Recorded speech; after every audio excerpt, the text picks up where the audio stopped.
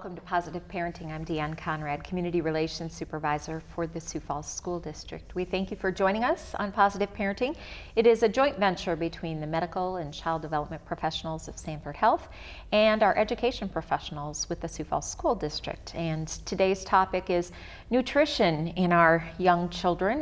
There's all kinds of fast food out there and junk food out there that the kids tend to navigate toward and would prefer, but it's our job as parents and professionals to guide them and direct them in a new direction. So we're going to have a conversation about that today. We have some guests joining us who I will have introduce themselves, and then we'll get right in on the topic. So Lizzie, why don't you go ahead first? So I'm Lizzie. I am the Sanford sports nutritionist over at the Sanford Fieldhouse with the Sanford Sports Science Institute. Thank you. And Joni. And I'm Joni Davis, the Child Nutrition Supervisor for the Sioux Falls Public Schools.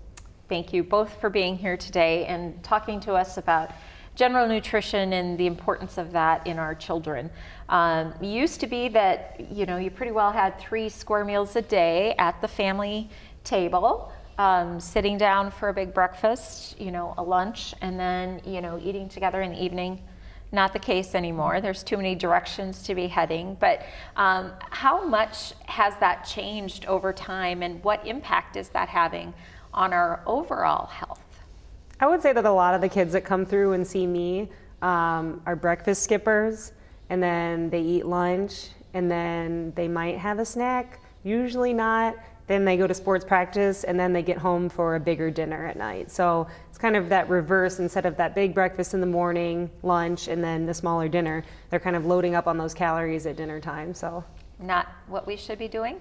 Well, I think if you're active during the day, so a lot of those kids that are in sports activities, maybe they're exercising for several hours during the day if they're in PE and then at other activities right after school, they need those calories during the day. So the bulk of their calories should be during the day, not at night when we're going to go to sleep. Right, and so that loading up on the front end with the breakfast is important, but kids are busy, they don't like to wake up, at least mine don't, and they rush out the door in the morning and maybe skip that, and they're really not doing a good thing for their bodies.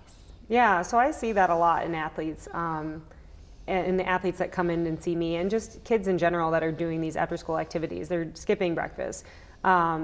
I think that anything is better than nothing. So even walking out the door and having some of those, breakfast shakes or a granola bar, a piece of fruit, anything is going to be better than nothing. I hear a lot of excuses. So some kids say, I'm just not hungry in the morning. Usually you're not hungry, I think, because you never eat in the morning. And the minute that you start kind of to eat in the morning and your body gets into that routine, you do get those hunger signals. Mm-hmm. And we have done a pretty good job in the school district over the last several years getting breakfast available to students in a variety of different ways. We have hot breakfasts, we have all kinds of options for kids. Tell us a little bit about what Child Nutrition has for students who maybe wait until the alarm goes off and then hit snooze and hit snooze and snooze again, and then it's time to go. But what's available for students in terms of a breakfast at school?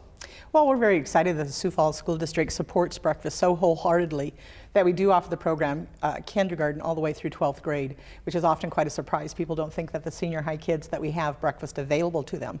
Now, some of the same things we've just talked about, or Lizzie's mentioned, are very true in terms of how we make efforts to get there, but we are very pleased that we do have the breakfast opportunity for a half hour at each high school, middle school, and elementary school every day, offering a variety of things, the whole grains, iron fortified cereals, fruits, not vegetables very often, but the low-fat milks. And we do have something that we implemented 2 years ago. This is our second year now, which is a pilot called a grab and go at the high schools, where we place them strategically. We felt with items that would be those things they could come in and pick up and go with an item rather than a breakfast, where they had some choices at breakfast, but still there's a little requirement in terms of what they take, the carbohydrate, the protein, the kind of thing. And so those have been interesting for us to work with and see what kids are picking and choosing. And of course, we've been very careful of the kinds of things that we put on there, meeting all the regulations and the smart snacks, and certainly tying into what Lizzie's talking about in terms of what nutrition needs would be for an athlete or any student. Right, and so a couple of those items on there I know are like a cheese stick, yogurt, cereal bar of some sort. So those has been pretty popular or is still working on gaining popularity? Just the grab and go itself, just that idea of getting kids to school. You'll hear about programs across the nation that do school breakfast in the classroom or have later opportunities, which are being a draw for them. But at this point, we have our items right before school and available. But the items, certainly we've looked at the juices, if you will, I just went blank, Naked Juices Naked by Juices, brand, or yeah. those unique flavorings have been most popular, but the low-fat yogurts are certainly, and the bars and things that we put on there are certainly meet a criteria. It has to be whole grain fruit or vegetable first, and on down with ingredients. And then the fresh fruits, the varieties that we do, fruit cups, have been very popular also. And some kids do still want the cereal though, so we watch the sugar content of that and iron fortified and whole grain. I think it's such a complex, I mean, food is so complex these days, where I never used to pay a whole lot of attention to that. And I'm guessing, kids are maybe more aware because of, some of the advertising and things like that has been done recently. But looking at the amounts of sugars and those types of things, are kids paying more attention to that, or they still need some work in that area? I think there's a couple subsets. I mean, when you're a kid, you are pulled into what is popular, what are your friends eating. It's not always cool to eat, a kale salad and a pear versus Taco Bell or something like that. So what are our peers eating? And that's something that I fall into a lot when I talk to athletes is, what are you doing to fuel your body? So if you look at the higher end athletes, Olympic athletes, college level athletes, they're not eating those junk foods and things like that. It's mostly those foods that are going to fuel your body for that activity. Versus when you're in high school, you're still not really concerned about, that's kind of just an extra thing that you're doing. Right. Unless you're very high level and concerned about getting to be a better athlete, then you're not probably concerned about what the ingredients are in some of those foods. I think it is catching popularity, so I hear a lot of kids saying, oh, I chose this one because it has less sugar or something like that. But I still, even at the college level, I hear, Cocoa Pebbles for breakfast and pudding cups and things like this. And I'm like, it's the convenience factor and what we kind of grew up with. Right, and that balancing the convenience with the nutritional value is a difficult choice. The federal government makes it harder for you guys, but easier for families to know that when a meal is served, that there are certain levels of carbohydrates and sugars and those types of things, that it's set at a balanced level. Yes, we can provide that assurance. Right. We're very fortunate in Sioux Falls that we've done that for years. We'd had whole grains long before others were trying to implement it so dramatically, fruits, vegetables, and things. So we had some adjustments, though. One of those being that kids do have to take a fruit or a vegetable. But yes, that's the assurance that we would provide. We do a nutritional analysis based on USDA requirements now, that there are the regulations from the Healthy Hunger Free Kids Act that do indicate what the caloric content should be of a meal for breakfast at elementary, middle school, and high school levels, and then does provide guidance in terms of what specific kinds of foods or subgroups are required to attain the vitamins and minerals that we need, with the assurance that the calories are there and that kind of thing. So yeah, it makes menu planning interesting. How do you get those dark greens in once a week? The dark red and orange things that can only be certain things that count, such as the kale and the spinach and those kinds of things, not peas and green beans. But they're green. Yeah, I know. Colored varies, but understanding the rationale for the deeper, darker colors and what they're going to provide our body, and for the fuel that Lizzie's mentioned that's so critical for all of our students, from the learning on to the activities that they may participate in, from music to band to sports. Yeah. So do you see, are there measurable differences in an athlete or a student that is a strict eater versus those that snack? Does that turn into performance? Does it turn into, what's the benefit if I'm sitting there thinking Cocoa Pebbles or I'm thinking kale salad or whatever? How do you entice someone to make the healthiest choice available? Yeah, so I usually tell athletes, and I only work with athletes, so that's why I kind of keep saying athletes, but they're a student level too.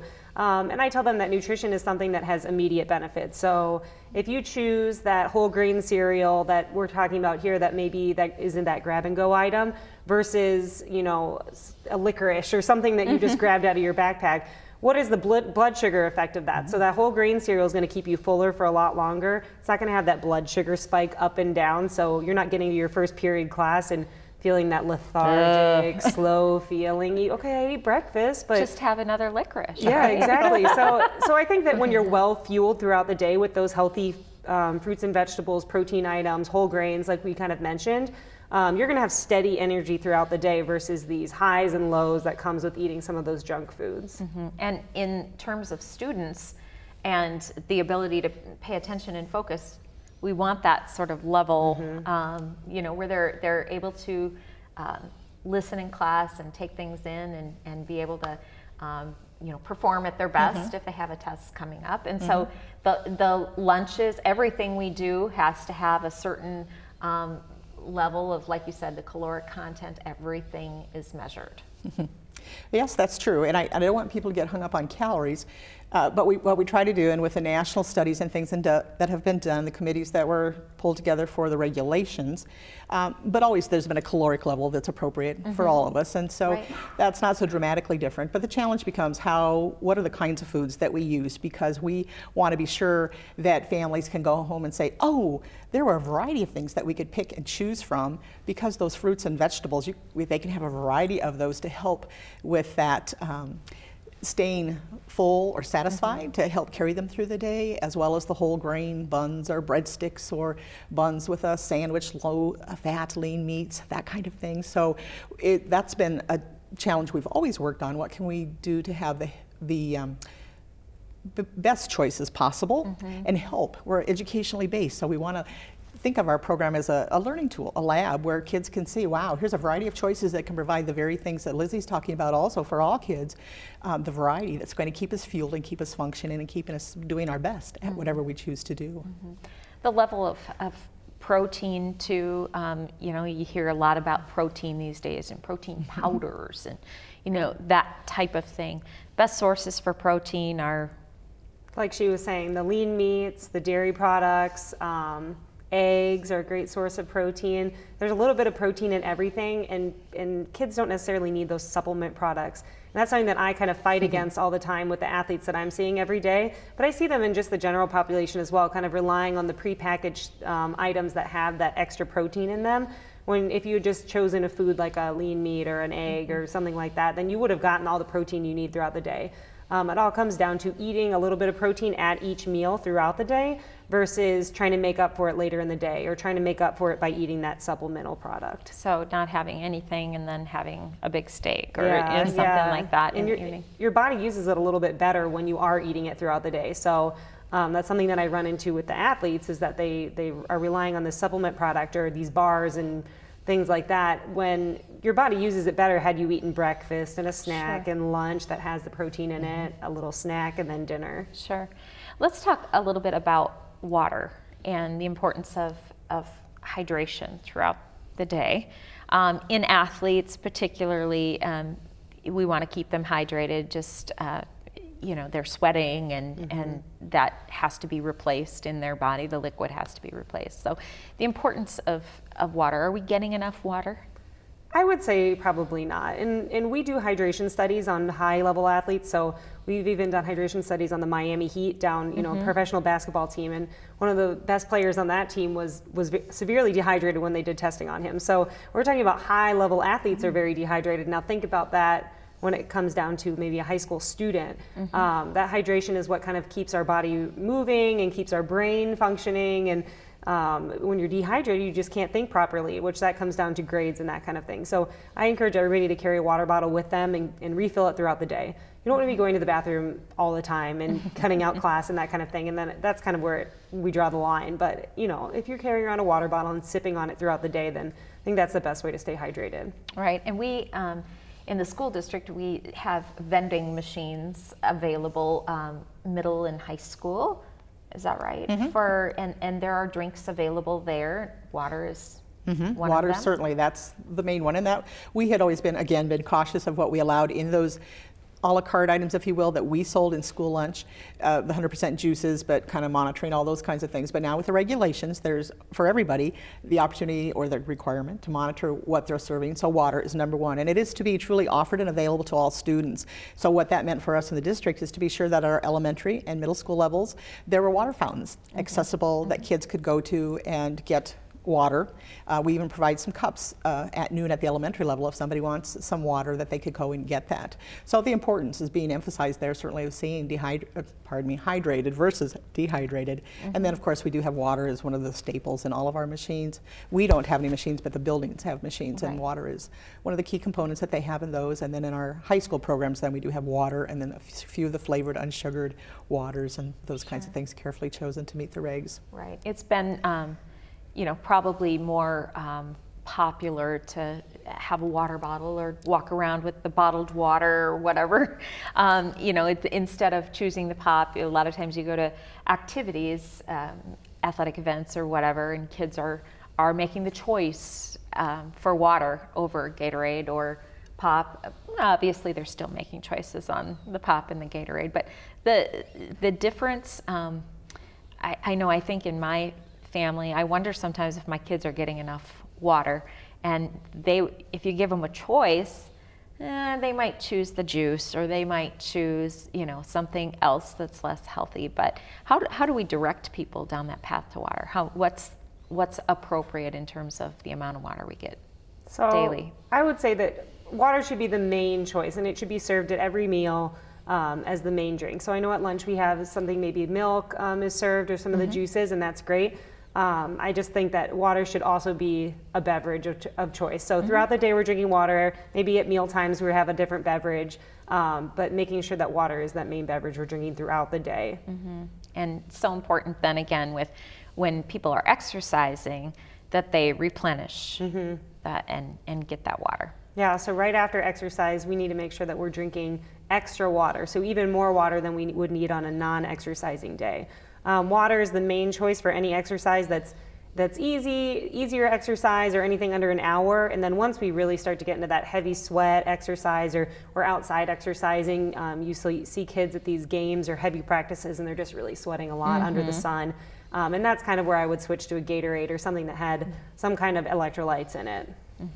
So the focus should be on always offering the water up front, which it sounds like at our elementaries we're offering the cups and variety of things. And I know even at one of our high schools, a student is leading sort of the charge with those new water fountains where you can put the water bottle in, and you don't have to try to hold the water bottle at an angle at the fountain trying to fill it up. But those things, and you do see those popping up more regularly in a variety of places. So it's probably becoming more the norm that we realize this need for the water and what our bodies need. Yeah, for sure. Yeah. So what about like the whole grains? You see a lot of that in grocery stores as well. It will be the sort of sweeter cereal, but it still says whole grain on the front.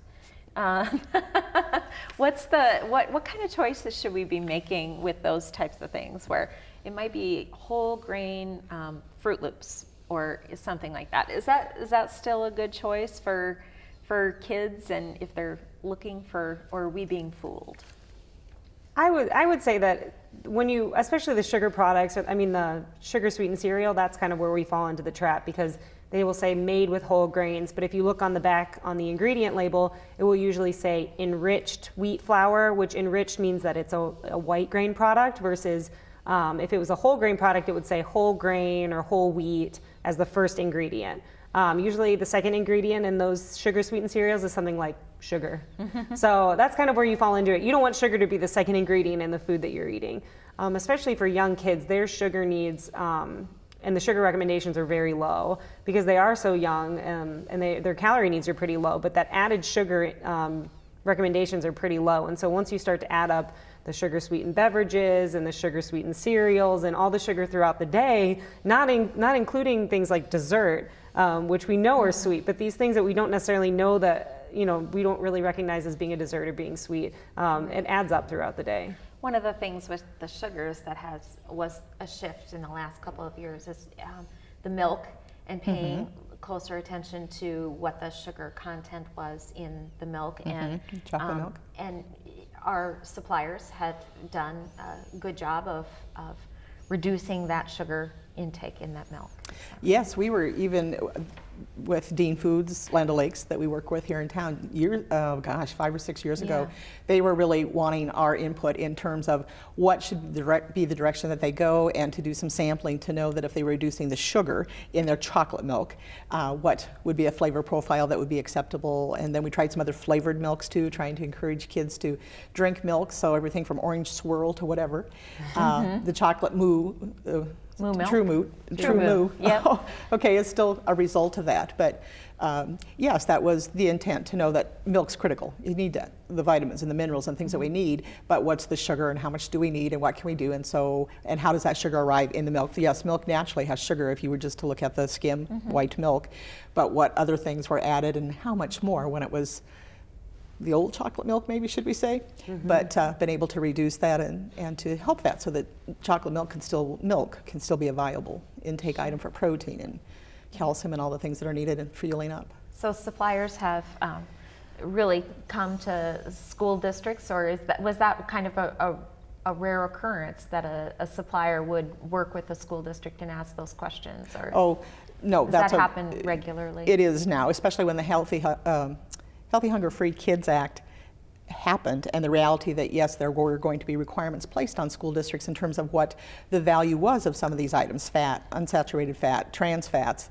sugar, that kind of thing, then they were all looking at their recipes and their products to see what could they do. And the whole grain, pizza, suddenly, oh dear, we have to shift our crust. What do we have to do? And so they've been very open at national and local levels to listen, to say, what do we need? What are kids enjoying? Our customers, that's still our number one thing. We want happy customers and families that can say, hey, my child's eating at school today, all right. And I don't have to prepare it in the morning. That's one less thing I'd have to do in the morning. Our goal is a sackless family, but anyway. Right. Absolutely. So they've been tremendous to help, and we have seen, this is 5 years into the regulations, and so now the products that are available are much more. I mean, when you think of whole grains, for example, you can get whole grain pancakes and whole grain breadsticks and whole grain crackers and pastas and things that we were using in the past, but just some new things too, because of that requirement. So that's wonderful. It's stakeholders, everybody has to work together, and yet industry has a problem because they also have the whole customer base. Families are buying too, and even though there are products that are for the school and health market that have always been different, and that sometimes surprises people. A hot dog isn't necessarily a hot dog that you might buy over the counter. Sure. But that becomes important for them too, because they have to look at we're all trying to be educating everyone, society, our families, and our kids. And we've kind of started with the kids in some ways with the school lunch program changes, and so how does that play then into families to understand, why are you doing that? Yeah, right. What's that supposed to do for my child? How are they going to be a better student, whether it's activity, mental, all those things that we're wanting them to be successful? Absolutely, and that's a good point. I mean, I think of children oftentimes as change agents, and if they're talking about, and I know we have the vegetable program, or fruits and vegetables in the elementary schools, and they come home and say, oh, I like broccoli, and gosh, then mom has to buy broccoli. And my daughter's a classic example of that. She loves cucumbers. Would I typically buy cucumbers for myself? Maybe, maybe not. But if she's requesting them, I'm going to buy those cucumbers because that's a healthy snack that she enjoys. Same with broccoli and such. So sometimes they can be really the change agents, and we just have to let that work through the system a little bit so that adults are making good choices too, which doesn't always happen. But any final thoughts you have on nutrition and the importance of making good choices for that our teens, our younger kids are making good choices? Yeah, so I would say that everything that you were saying about the school lunch program, that's something that I'm a big advocate for. So when I hear kids come in and say that, they didn't necessarily like what was served, or maybe they don't eat lunch every day, or I really try to encourage kids to eat that lunch, to grab that grab and go item and really fuel up throughout the day, because If we're not getting it at school, where are we getting it? And they are educated on the healthy options and eating those vegetables and things like that, which is great, because then once they get up to this higher level and we're working with these professional or college level athletes, then they know about fruits and vegetables. They know about whole grains because they've been eating them since they were kids. So I'm a big advocate for that school lunch, and really encourage those kids to grab those items. Absolutely. And as you said, we always pay attention to what our customers, the young ones, the old middle ones, middle school, high school, what they like, and we're always trying to find those items that are appealing to them so that they make a choice on school lunch. Certainly, and we appreciate that. It's a joint effort from all of us, community, the players from Sanford to Avera to whatever, all of us working together to just help our community and our kids be as healthy as possible, and realizing we do. I would assure parents, we have customers, and we're always striving to have that A+, wow, what a meal, every day. So that's our goal. And I always say I've eaten school lunch for a number of years because I mentor a student, and it's the cheapest meal in town. It's the cheapest, most well-balanced meal in town. If you're going to get a little of everything and not just snack on a cereal bar of some sort or what have you, it's an affordable meal, and we can be assured that it's a balanced meal as well. So make those good choices. It's hard to do. It really is hard to do. I feel like I shouldn't even be having this conversation because I'm not the healthiest eater. But it's something that we all need to be aware of, and hopefully the kids and adults, we can all share in this effort to become healthier Americans. So thanks for joining us today on Positive Parenting.